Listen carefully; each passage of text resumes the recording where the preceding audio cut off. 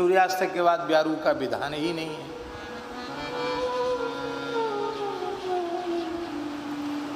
और उसका कारण भी है। एक तो कारण यह है कि आप तो आयुर्वेदाचार्य हैं शुक्ला जी,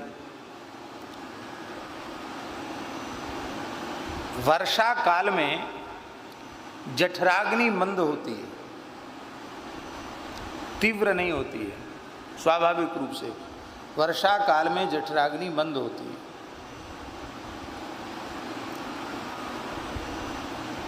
तो मंद जठराग्नि में रात्रिकालीन भोजन वो आयुर्वेद के अनुसार बहुत लाभकारी नहीं है।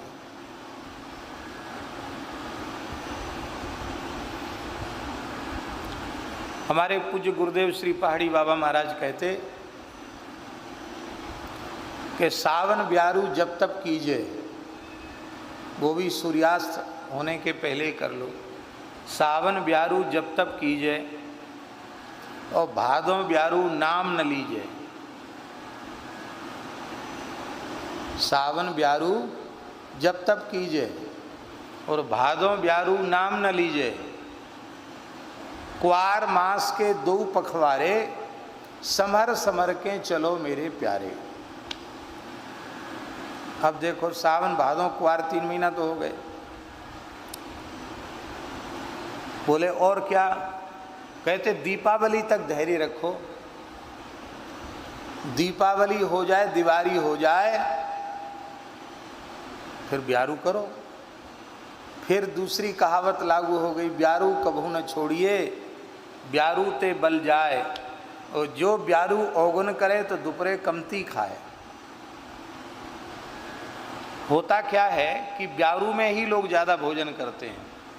दोपहर में तो कहीं वहाँ जाना है, दिन में सोने को मिलेगा नहीं, तो दोपहर में कम खाएंगे, रात्रि को ठूंस के खा लें। बहुत नुकसान है।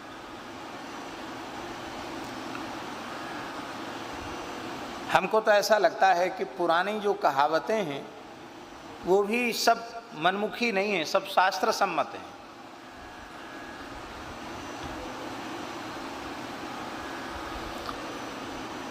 इसी तरह से महाराज जी कहते थे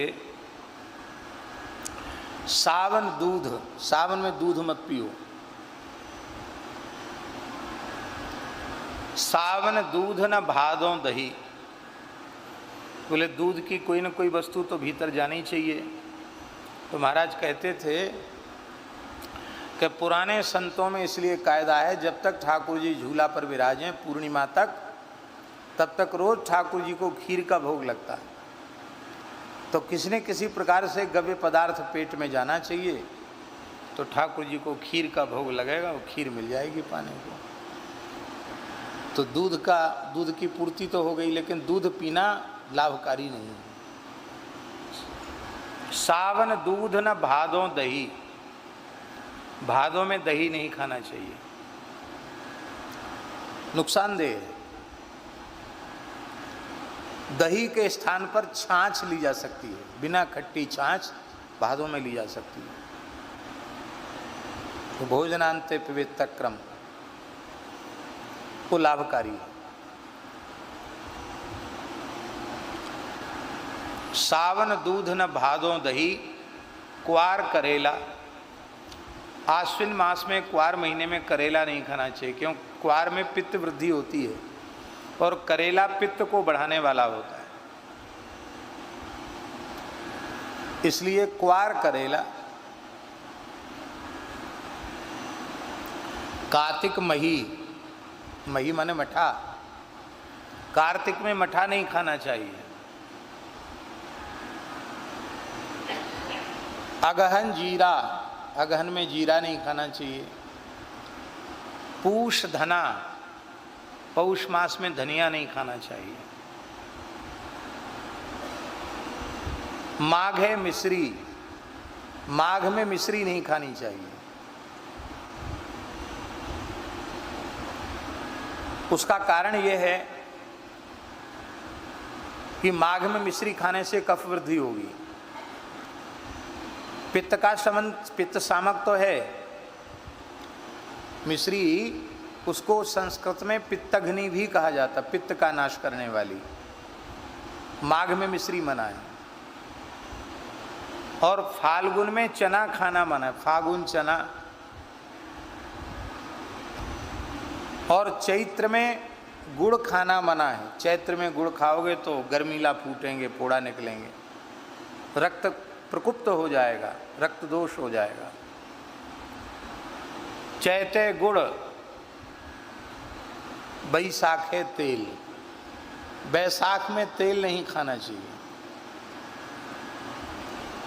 क्योंकि तेल तो वैसे भी बहुत नुकसानदेह, रिफाइंड तो छूना नहीं चाहिए। तेल जो है, शुद्ध तेल भी वैशाख मास में तेल वर्जित रखना चाहिए। दाल साग भी छौंके तो जितने में जीरा भुन जाए बस उतने घृत में दाल साग छौंक ले, तेल बिल्कुल ना खाए। बैसाखे तेल। और जेठे पंथ, जेठ महीना में दिन में रास्ता तय न करे, लू लग जाएगी, लपट लग जाएगी। जेठ है पंथ और आषाढ़ है बेल। आषाढ़ मास में बेल नहीं खाना चाहिए। फिर आ गया सावन, सावन दूध न भादों दही। 12 महीने का महाराज जी सुनाते थे। तो ये चातुर्मास्य का जो क्रम है, वस्तुतः ये 4 महीने भगवान की उपासना के लिए सुनिश्चित किए गए हैं। और ये तप त्याग का समय, त्याग ही तप है। इसलिए 4 महीने अन्न छोड़ देते हैं, 4 महीने नमक छोड़ देते हैं, 4 महीने घी छोड़ देते हैं। जो वस्तु का त्याग 4 महीने कर दिया जाता है, फिर वही वस्तु प्रचुर मात्रा में साधु ब्राह्मणों को जिमा करके उनकी अनुमति लेके फिर क्रमशः उसका अंश मात्र ग्रहण किया जाता है।